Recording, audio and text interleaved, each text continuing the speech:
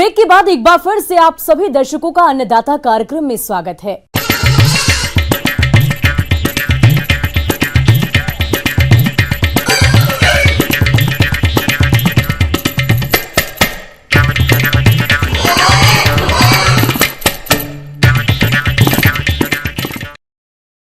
किसान भाइयों, बकरी पालन पशुपालन का एक अभिन्न अंग है जिसे अपनाकर आप कम लागत में अधिक मुनाफा कमा सकते हैं।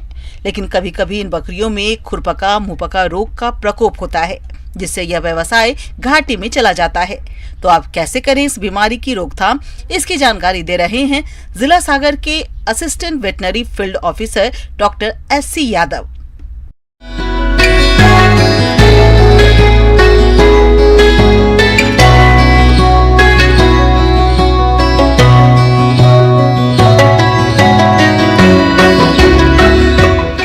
मैं आज आपको बकरियों में होने वाली खुरपका मुंहपका बीमारी के संबंध में कुछ जानकारियां दूंगा। इसे हम अपनी सामान्य भाषा में FMD के नाम से इस बीमारी को जानते हैं। यह रोग बकरियों में एक बहुत ही छोटे आँख से ना दिख पाने वाले कीड़े द्वारा होता है, जिसे विषाणु या वायरस कहते हैं। मुंह पका खुरपका रोग किसी भी उम्र की बकरियों उनके बच्चों में हो सकता है। इसके लिए कोई भी मौसम निश्चित नहीं है। कहने का मतलब यह है कि ये रोग कभी भी बकरियों में हो सकता है। बकरियों में ये बीमारी के लक्षण सबसे पहले बुखार के आते हैं।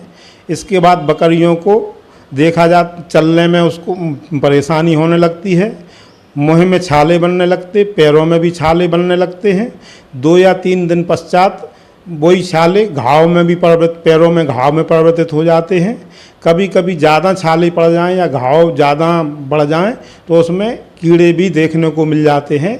मक्खी द्वारा अंडे रखे जाते हैं, जिससे उसमें मैगट भी बन जाते हैं। मुँह में छाले होने की वजह से भी बकरियां हमारी खाना पीना नहीं खा पाती हैं। तो इस तरह के लक्षण हमारे बरसात के समय में हमारी बकरियों में देखने को मिल जाते हैं। ये रोग बीमार बकरियों के सीधे संपर्क में आने, पानी, घास, दाना, बर्तन, दूध निकालने वाले व्यक्ति के हाथों से, हवा से तथा लोगों के आवागमन से फैलता है। रोग के विषाणु रोगी बकरी की लार, मुंह, खुर, थनों में पड़े फफोले में बहुत अधिक संख्या में पाए जाते हैं। ये खुले में घास, चारा तथा फर्श पर 4 महीनों तक जीवित रह सकते हैं। ये विषाणु जीभ, मुंह, आंत, खुरों के बीच की जगह, थनों तथा घाव आदि के द्वारा स्वस्थ बकरियों के रक्त में फैलते हैं और 5 दिनों के अंदर इस बीमारी के लक्षण दिखाई देने लगते हैं। बकरी अगर मुंह में छाले और पैरों में घाव हो गए हैं तो मुंह के छालों को हम पोटेशियम परमैंगनेट के पानी में घोलकर उसके मुंह के छाले मुंह में ग्लिसरीन लगाकर मुंह के छाले ठीक करें। पैरों को पोटेशियम परमैंगनेट से धोकर, और आजकल जो मार्केट में स्प्रे बहुत सारी कंपनियों के स्प्रे आने लगे, उसका स्प्रे करें। 5-7 दिन अगर हमने अपनी बकरियों का इस तरह से साफ़ सफाई से बचाव कर लिया तो इस बीमारी से जल्दी 6 या 7-8 दिन में छुटकारा मिल जाता है।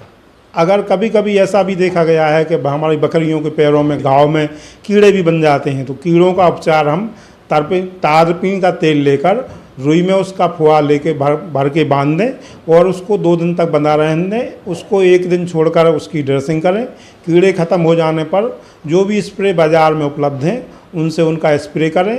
3 या 4 या 5 दिन ऐसी साफ़ सफाई की व्यवस्था कर लें तो इस बीमारी से पूरी तरह से निपटा जा सकता है।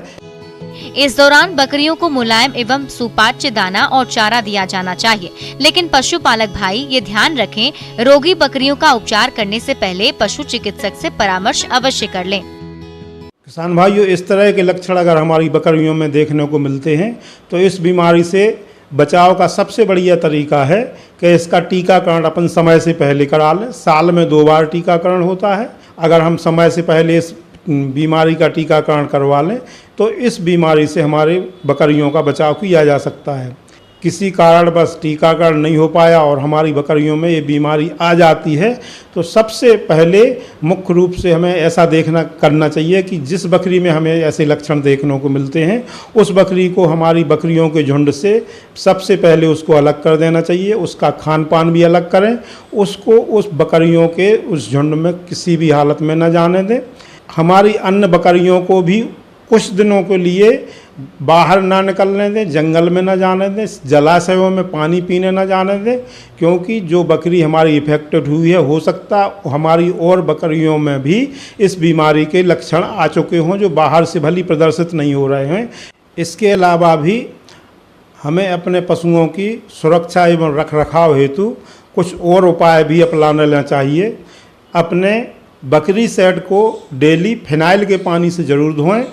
जहाँ से बकरी हमारी शेड में प्रवेश करती हैं, शेड के गेट के बाहर पोटेशियम परमैंगनेट के पानी का घोल हम वहाँ पे कुछ ऐसी व्यवस्था करें, जब बाहर से आएँ तो उसी में से उनके पैरों में से पानी लगता हुआ जाए, ताकि उनके पैर एंटीसेप्टिक हो जाएं और किसी तरह के इन्फेक्शन से वो बची रहें।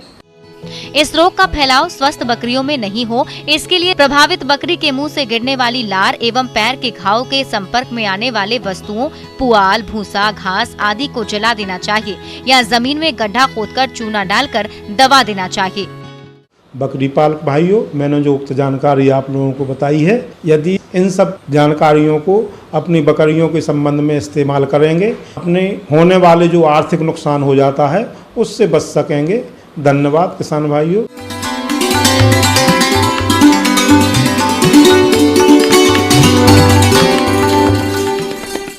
आइए जानते हैं अन्नदाता निःशुल्क फोन के माध्यम से पूछे गए समस्याओं का समाधान। अन्नदाता निःशुल्क फोन संपर्क सेवा के माध्यम से पूछे गए प्रश्नों में से आज हमने जिस प्रश्न को कार्यक्रम में शामिल किया है उसे पूछा है ग्राम जगदीशपुर, जिला शहडोल के कृषक वीरेंद्र कुमार ने। ये आंवला के बाग में रोगों की समस्या के समाधान के बारे में जानकारी चाहते हैं। तो वीरेंद्र कुमार जी, आपकी जानकारी के लिए प्रस्तुत है कार्यक्रम का ये अंश।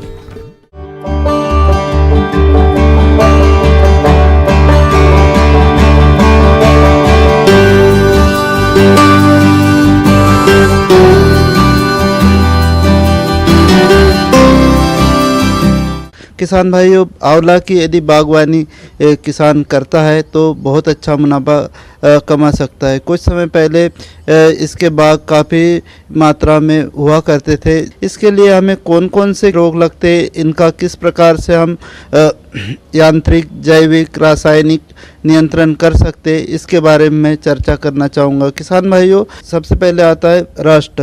इसको रवेलिया इमली की इसका साइंटिफिक नेम है, जो कि आंवले की पत्तियों के ऊपर भूरे रंग के धब्बे पाए जाते हैं, जो कि काफ़ी नुकसान पहुंचाते हैं।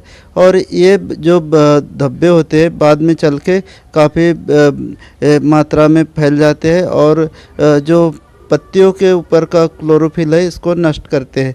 इसके नियंत्रण के हमें 0.4% घुलनशील गंधक के छिड़काव करना चाहिए, या क्लोरोथेनेल जो दवा आती है जिसका 0.2% जुलाई के महीने में यदि इसका छिड़काव किया जाता है तो इस बीमारी से हम निजात पा सकते। काली फफूंद रोग, इसका प्रकोप ऐसे आंवले के पौधे जिनमें स्केल कीट का प्रकोप होता है, उनमें काली फफूंद का भी प्रकोप होता है। पत्तियों, टहनियों और फूलों पर मखमली काली फफूंदी विकसित होती है, जो कीट द्वारा चिपचिपे पदार्थ के ऊपर विकसित होती है। ये फफूंदी सतह तक ही सीमित रहती है और पत्तियों, टहनियों, फूल आदि में अंदर इसका प्रकोप नहीं होता। काली फफूंद के प्रकोप को 2% स्टार्च के छिड़काव के द्वारा रोका जा सकता है। यदि प्रकोप अधिक हो तो स्टार्च में 0.05% मोनोक्रोटोफॉस और 0.2% घुलनशील गंधक मिलाकर छिड़काव करना चाहिए। इसके बाद में एंथ्रेक्नोज, पत्तियों तथा कोमल टहनियों पर भूरे धूसर रंग के पिन नुमा उठे हुए धब्बे होते हैं, जो कि आंवला में काफ़ी नुकसान पहुंचाते हैं। पत्तियों और तने से भोजन पौधे को लेने में कठिनाई उत्पन्न करते हैं, तो ये काफ़ी हद तक क्षति पहुंचाते हैं ये रोग, और इसके कारण उपज पर प्रतिकूल प्रभाव पड़ता है। किसान भाई, इसके नियंत्रण के लिए हमें मेटालेक्सिल मैनकोजेब जो दवा होती है, इसको हम 2 ग्राम प्रति लीटर पानी के हिसाब से यदि इसका छिड़काव करते हैं तो इसका नियंत्रण हो जाता है। आंवले का मृदु सड़न रोग, ये दिसंबर से फरवरी के मध्य अधिक देखी जा सकती है। धुएं से भरे काले गोल धब्बे फलों पर 2-3 दिनों में विकसित होते हैं। संक्रमित भाग पर जल सकती भूरे रंग का धब्बा बनाता है, जो पूरे फल को करीब 8 दिनों में आच्छादित कर फल के आकार को विकृत कर देता है। ऐसे तो रोग छोटे और परिपक्व फल दोनों को प्रभावित करता है, किंतु परिपक्व फलों में इसका प्रकोप अधिक होता है। इसके नियंत्रण के लिए तोड़ाई उपरांत फलों को डाइफोलेटान 0.15% या कार्बेडाजिम 0.1% घोल से उपचारित करके भंडारित करने से रोग की रोकथाम की जा सकती है। किसान भाइयों, कृषि संबंधित समस्या और सुझाव के लिए आप हमें इस पते पर संपर्क कर सकते हैं। प्रोड्यूसर अन्नदाता, news 18, Madhya Pradesh, Chhattisgarh, Ramoji film city, Hyderabad 501512। साथ ही आप हमें ईमेल भी कर सकते हैं। हमारा ईमेल है p18annadatamp@nw18.com। इसके अतिरिक्त आप हमें निःशुल्क हेल्पलाइन नंबर 180088921663 पर सोमवार से लेकर शनिवार सुबह 10 बजे से शाम 4 बजे के बीच संपर्क कर सकते हैं। और अब समय हो रहा है आपसे विदा लेने का। कल फिर होगी मुलाकात कृषि से जुड़ी महत्वपूर्ण जानकारियों के साथ। नमस्कार।